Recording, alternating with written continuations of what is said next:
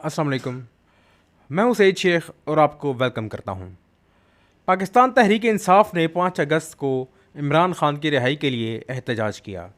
यह एहतजाज कितना कामयाब था और इसके क्या नताइज होंगे, इस पर हम थोड़ी देर बाद बात करते हैं।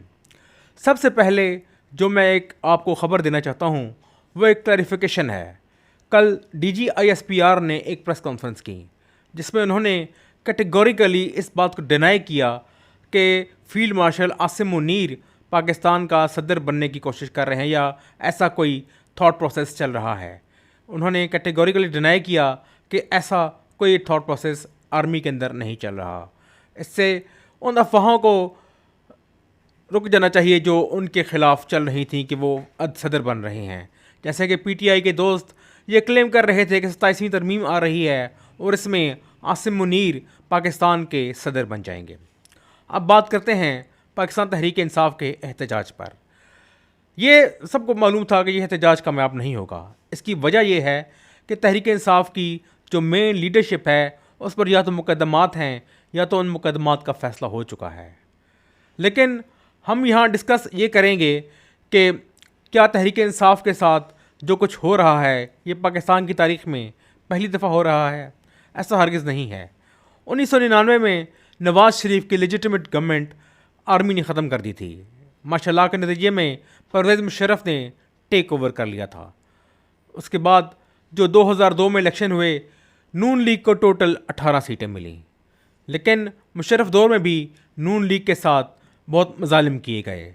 सदीकुल फ़ारूक को डंप कर दिया गया और अदालत में ये मौक़िफ़ इख्तियार किया गया कि हमें नहीं मालूम कि उन्हें हमने कहाँ डंप किया है। परवेज़ रशीद पर बेईमाना तशद्दुद किया गया।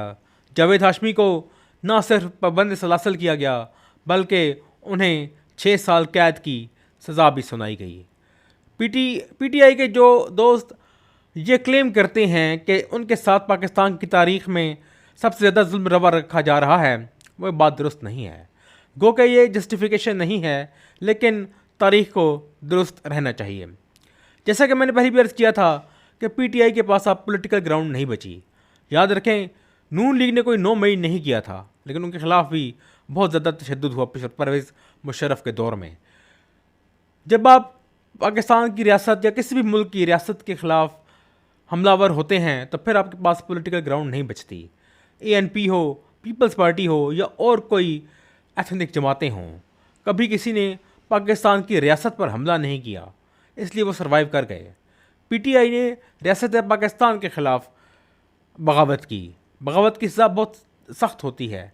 उसमें आप कामयाब हो जाएं तब तख्ता उलट देते हैं, अगर आप नाकाम हो जाएं तो बाज़ औक़ात आपको जान से भी जाना पड़ सकता है। लेकिन PTI के ख़िलाफ़ फिर भी हाथ होला रखा गया है और उनको उस तरह तंग नहीं किया गया। अब देखें पाकिस्तान की रियासत को एक्शन में आना था। जब ये डिले हो रहे थे मुकदमात तो PTI वाले कहते थे कि अदालतें फ़ैसला नहीं कर रही। अब अदालतें फ़ैसला कर रही हैं तो ये क्या कह रहे हैं कि ये लोग हमारे ख़िलाफ़ कर रहे हैं, हमें सम से इंतकामी कार्रवाई कर रहे हैं, जबकि ऐसा नहीं है।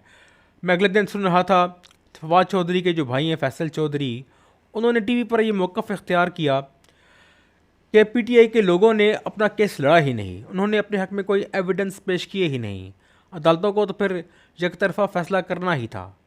खान साहब को चाहिए कि अब भी कुछ नहीं बिगड़ा, अब भी अपने फॉलोअर को समझाएं कि हर वक्त मार्का हक़ को बातिल नहीं होता। आपको रियासत के साथ मिलकर चलना पड़ता है, आपको गिव एंड टेक करना पड़ता है, आपको मुखालिफ क़ुव्वतों को और इस्टेब्लिशमेंट को इंगेज करना पड़ता है, तब जाके आपकी पार्टी सर्वाइव करती है।